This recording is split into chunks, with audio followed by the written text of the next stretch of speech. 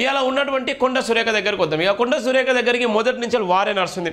ఆమె పదవి తీసుకున్నప్పటి నుంచి మొదలుకుంటే నేటి వరకు కూడా కొండ సురేఖది వివాదాస్పందమైనటువంటి ఒక ప్రధాన అంశంగా ఆమెను చిత్రీకరించి ఒక బీసీ బిడ్డను ఎట్లయినా ఆమెను తట్టుకోలేక సెటిల్మెంట్లకే ఆమె అడ్డగా మారింది, అన్నిట్లో తలదూర్చేటువంటి ప్రమాదం ఉంది, ఆమెను తీసేయాలని పొంగులేటి శ్రీనివాసరెడ్డి ఒక కుట్ర కుతంత్రాలతో ఆమె మీద విషపూరితమైనటువంటి కొన్ని సందర్భాల్లో వార్తలు రాపించి సోషల్ మీడియాలో పెట్టుకుంటూ ఇవాళ ఆమె మీద లేనిపోని ఆరోపణలు వేస్తూ ఆమెను భయభ్రాంతులకు గురి చేసేటువంటి ప్రమాదం ఉంది. అంటే 2 సంవత్సరాలనే ఇవాళ మంత్రులకే ఇవాళ వాళ్ళ కోఆర్డినేషన్ లేనటువంటి సందర్భం.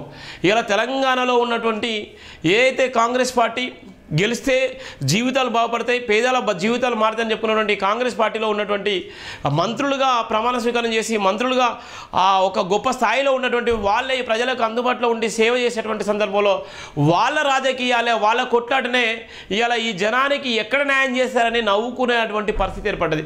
అందుకోసమే కాంగ్రెస్ పార్టీ రోజు రోజుకు ఏమైపోతుందంటే ఇక కాంగ్రెస్ని నమ్ముకుంటే గింతేమో బతుకులు, వాళ్ళకే సక్కవ లేదు, వాళ్ళు చేయడానికే దిక్కుమొక్కు లేదు, ఇవాళ మాకెక్కడ పనిచేస్తారు అనేటువంటి సందర్భంలో దానికి ఇవాళ ఉన్నటువంటి రెడ్డి సామాజిక వర్గం అంతా ఒకటైందని, రెడ్డి సామాజిక వర్గం అంతా ఒకటై ఇలా బీసీ సామాజిక వర్గాన్ని అణచివేస్తుంది, ఇలా బీసీ సామాజిక వర్గం అంతా ఒకటై ఎస్సీ సామాజిక వర్గాన్ని అణచివేస్తుంది అనేటువంటిది ప్రధానంగా ఉన్నటువంటి చర్చలు.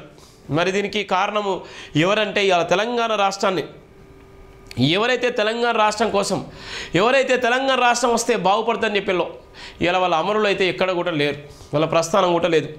తెలంగాణ రాష్ట్రం 4 కోట్ల మంది ప్రజల ఆకాంక్ష, 4 కోట్ల మంది ఆకాంక్ష ఇవాళ ఏమైపోయిందంటే ఇలా ఎవడి చేతిలో ఏముందో ఎవడు ఏం చేస్తున్నారో అర్థం కాని పరిస్థితి ఉంది.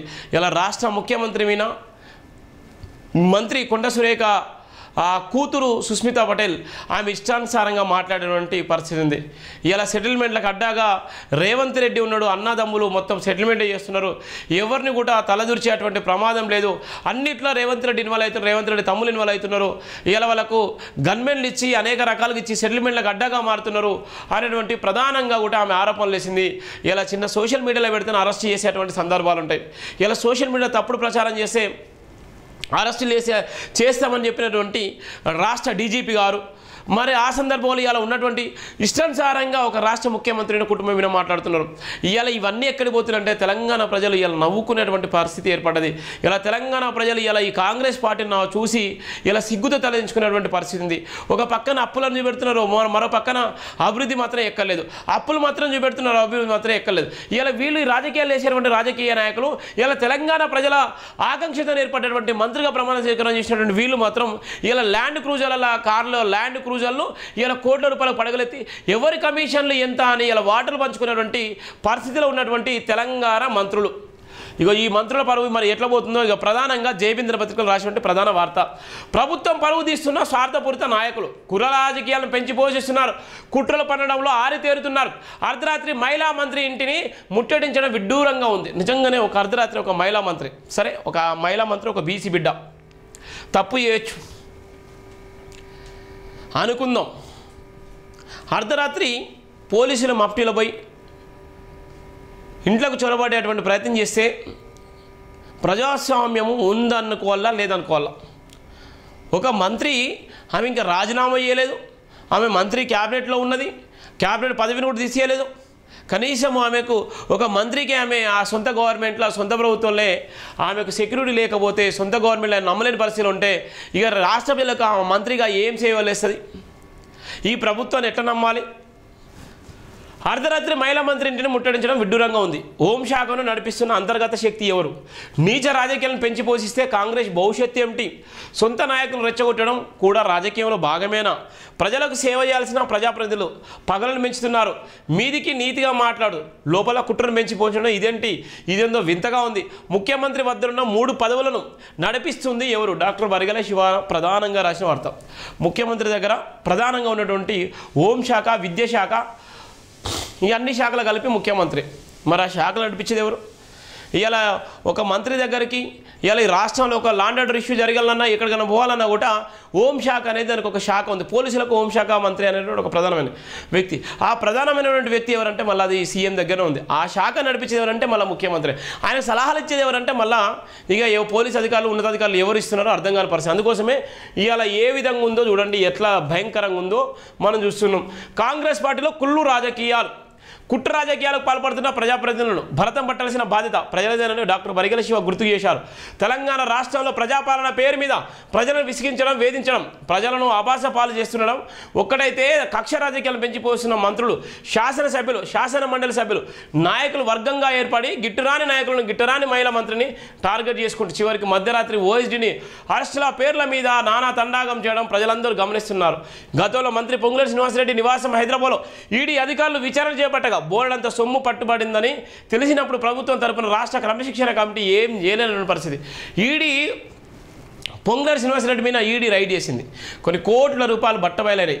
కానీ ఎక్కడ కూడా బయటికి రాలేదు, ఎక్కడ కూడా న్యూస్ రాలేదు, ఎక్కడ కూడా టీవీలల్లో కానీ ఎక్కడ చర్చ జరగలేదు. మరి క్రమశిక్షణ కమిటీ అన్ని కోట్ల రూపాయలు దొరికితే ఏమైనా చేసిందంటే ఏం చేయలేని పరిస్థితి. అంటే బలిసినటువంటి రాజకీయ నాయకులు ఒక స్థాయిలో ఉంటారు. కుల ఆధారంగా ఇలా రెడ్డి అనేటువంటిది ఉంటే ఆటోమేటిక్గా ఎన్ని తప్పులు చేసినా వాళ్ళు బాగుపడతారు, ఎన్ని తప్పులు చేసినా ఎంత చేసినా వాళ్ళ సంసారంలాగా ఉంటుంది. ఇలా ఏ తప్పు చేయకపోయినా వీళ్ళు నీచమైన సంస్కృతిలాగా చూసేటువంటి దౌర్భాగ్యమైన పరిస్థితి ఈ కాంగ్రెస్లో ఉన్నటువంటి నేపథ్యం ఉంది. అందుకోసమే కాంగ్రెస్ పార్టీలో కుళ్ళు రాజకీయాలను ప్రధానంగా మనం రాసినటువంటి ప్రధాన వార్త. కనీస చర్యలు చేపట్టకపోవడం రెడ్డి సామాజిక వర్గం అయినందునే చూసి చూడనట్టు వదిలేశారని, దాంతోపాటు రాష్ట్ర రెండో ప్రధాన నగరమైన ఉమ్మడి వరంగల్ జిల్లాకు ఇన్ఛార్జి మంత్రిగా నియమిస్తూ కొనసాగిస్తూ అభివృద్ధిని కుంటబడిస్తూ కాంట్రాక్టు వ్యాపారులకు తెరలేపుతున్నారని తీవ్రంగా విమర్శించారు. నిజాయితీగా ప్రస్తావించాల్సిన వస్తే తెలంగాణ రాష్ట్ర ముఖ్యమంత్రి రేవంత్ రెడ్డి విద్యా, హోము, పరిపాలన శాఖలకు మంత్రిగా కొనసాగడం వెనకాల ప్రధాన సలహాదారుడైన వేం నరేందర్ రెడ్డి హస్తముందని విద్యాశాఖను తానే నడిపించడం కోసం మితిమీరిన పనితో పరిపాలిస్తున్న సీఎం రేవంత్ రెడ్డి ప్రధాన అంచనాగా కొనసాగుతూ రాష్ట్ర విద్యాశాఖను ఆల్మోస్ట్ భ్రష్టు పట్టించే స్థాయికి దిగారచే ప్రయత్నం చేస్తున్నారని తెలంగాణ మేధావులు తీవ్రంగా హెచ్చరిస్తున్నారు. ఒకవైపు ముఖ్యమంత్రి రేవంత్ రెడ్డి విస్తృతమైన సమీక్ష సమావేశాలు నిర్వహిస్తూ విద్యాశాఖను బలోపేతం చేయాలని పాఠశాల మొదలుకొని ఉన్నత విద్య వరకు సమూల మార్పులు తీసుకొచ్చే విధంగా ప్రయత్నాలు చేస్తూ ఉంటే మంత్రి పొంగులేటి శ్రీనివాసరెడ్డి ముఖ్య సలహాదారులు వేం నరేందర్ రెడ్డి పూర్తిగా అడ్డుపడుతూ అధికారులపై చలాయిస్తూ పెత్తనాలు కొనసాగిస్తూ విద్యా వ్యవస్థను అనుకున్న స్థాయి కన్నా ఎక్కువగా నాశనం చేస్తున్నారని విద్యార్థులు విలపిస్తున్నారు. హోంశాఖ బాధ్యతను సంపూర్ణంగా సీఎం రేవంత్ రెడ్డి నిర్వహించగలిగితే మంత్రి కొండ సురేఖ వ్యక్తిగత నివాసానికి అర్ధరాత్రి పోలీసులు చెప్పపెట్టకుండా వెళ్ళడానికి సీఎంను కారకుణ్ణి చేయొచ్చా అంటూ ప్రజాస్వామ్యవాదులు ప్రశ్నిస్తున్నారు. మంత్రి పొంగులేటి శ్రీనివాసరెడ్డి జిల్లా ఇన్ఛార్జి మంత్రిగా పలు విషయాల్లో మంత్రి కొండ సురేఖ, మాజీ ఎమ్మెల్సీ కొండ మురళీధర్రావు అడ్డుపడుతున్నారని జిల్లా నాయకులను వాళ్ళ పైకి ఉసిగొలుపుతుండడమే కాకుండా దేవాదాయ శాఖను ఇబ్బందులు పాలు చేస్తూ మంత్రి సురేఖను మానసికంగా వేధింపులకు గురి చేయాలని పలు ప్రభుత్వ శాఖలను ఉపయోగిస్తూ విష ప్రయోగాన్ని బల ప్రయోగం చేస్తున్న కాంగ్రెస్ పార్టీ కుట్ర రాజకీయాలకు పెంచిపోస్తున్నట్టుగా కనిపిస్తుంది. మంత్రి సురేఖ దేవాదాయ శాఖలో ప్రతి రాజకీయ నాయకుడు తలదారుస్తున్నప్పటికీ ఓపికతో మౌనం వాయిస్తూ ప్రజాసేవ కట్టుబడి ఉండాలని దృఢ సంకల్పాన్ని ఏర్పరచుకొని CM Revanth Reddy, deputy CM బట్టి విక్రమార్కు, ఐటీ మంత్రి దుద్దుల శ్రీధర్ బాబుకు తెలంగాణ ప్రజలకు జవాబుదారీతనాన్ని ఉందాతనని ప్రదర్శించడం ప్రధాన ప్రజాప్రతినిధులకు జీర్ణించుకున్నంత కోపాన్ని తెచ్చిపడుతుందన్నారు.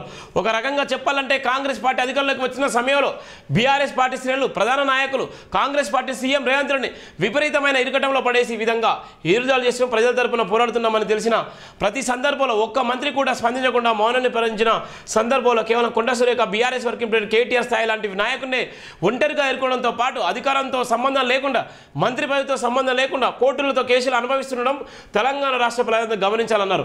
సీఎం రేవంత్ రెడ్డి మంచితనాన్ని ఆసరాగా తీసుకుంటున్న సన్నిహితులు, మిత్రులు, మంత్రులు ఎవరి సక్క వాళ్ళ ప్రజాపాలన ప్రజల మధ్య అపస్పాలు చేస్తున్నారని వివరించారు. ప్రస్తుతం ఏర్పడ్డాక మంత్రి సీతక్క పిఏ అక్రమ ఇసుక రవాణాలో పైరవులు చేశారని కేసులు కట్టి జైలుకు పంపించినప్పుడు నేడు తెలంగాణ రాష్ట్రంలో విపరీతమైన పద్ధతిలో అక్రమంగా కొనసాగుతున్న ఇసుక దందాకు రెవెన్యూ ఇరిగేషన్ మంత్రులు కారకులు గారా అంటే నిలదీశారు. తెలంగాణ రాష్ట్ర ఏర్పడిన నాటి నుండి టీడీపీలో పనిచేసిన నాయకులు గత 10 సంవత్సరాలు మంత్రి పదవిలో కొనసాగా నేడు కాంగ్రెస్ ప్రభుత్వంలో కూడా మళ్ళీ వాళ్ళే ఆధిపత్యం చెలాయిస్తూ ఉమ్మడి రాష్ట్ర హక్కులను నిలబెట్టే విధంగా తీవ్రంగా ప్రయత్నం చేస్తున్నారని తెలంగాణ ప్రజలు మనోవేదన పడుతున్నారు.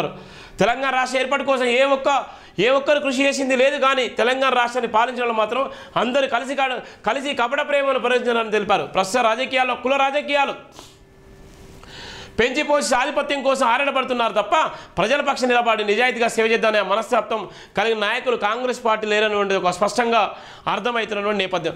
ఒక పక్కన కాంగ్రెస్ పార్టీలో ఇలా ఇంత రాజకీయాలు జరుగుతున్నాయి. కాంగ్రెస్ పార్టీలో కుల రాజకీయాలు, కాంగ్రెస్ పార్టీలో మత రాజకీయాలు, కాంగ్రెస్ పార్టీలో విచ్చలవిడిగా ఇలా జరుగుతున్నటువంటి ఒక దోపిడీ వ్యవస్థ ఎక్కడిదంటే ఇలా ఈ కాంగ్రెస్ పార్టీలో ఉన్నటువంటి గతంలో టీడీపీలో పనిచేసినటువంటి నాయకులు, గతంలో బీఆర్ఎస్లో ఉన్నటువంటి నాయకులే ఈరోజు మళ్ళీ కాంగ్రెస్ పార్టీలో కూడా పెత్తనం చెలాయిస్తూ అందిన కాడికి దండుకుంటూ ఇలా తెలంగాణ రాష్ట్ర సొమ్మును ఇలా ఇష్టానుసారంగా ఉన్నటువంటి నేపథ్యం ఉంది. ఇలా పిఏలు కానీ, ఓఎస్లు కానీ, పర్సనల్ సెక్రటరీలు కానీ, ఇలా ఉన్నటువంటి వాళ్ళ పేరు చెప్పుకొని చెంచాగిరి చేసేటువంటి నాయకులు కానీ ఇలా తెలంగాణ రాష్ట్రంలో ఉన్నటువంటి 4 కోట్ల మంది ప్రజల ఉసురు తీస్తున్నటువంటి నేపథ్యం ఉంది.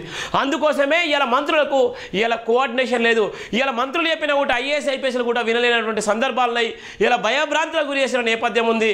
ఇంకోసారి కాంగ్రెస్ పార్టీ అంటే వామ్ము అనే విధంగా ఇలా తెలంగాణలో ఉన్నటువంటి రాజకీయం అయితే మనం చూస్తున్న ఇలా ప్రధానంగా ఉన్నటువంటి నేపథ్యం. దీనికి సంబంధించినటువంటి ప్రధానమైనటువంటి నేపథ్యంలోనే ఇలా చాలామంది కూడా ఇలా మాట్లాడుతున్న నేపథ్యం ఉంది. ఒక పక్కన ఈ విధంగా మాట్లాడుతున్న సందర్భంలో మరో పక్కన ప్రతిపక్ష పార్టీలు కూడా తీవ్రంగా విమర్శించేటువంటి నేపథ్యం ఉంది.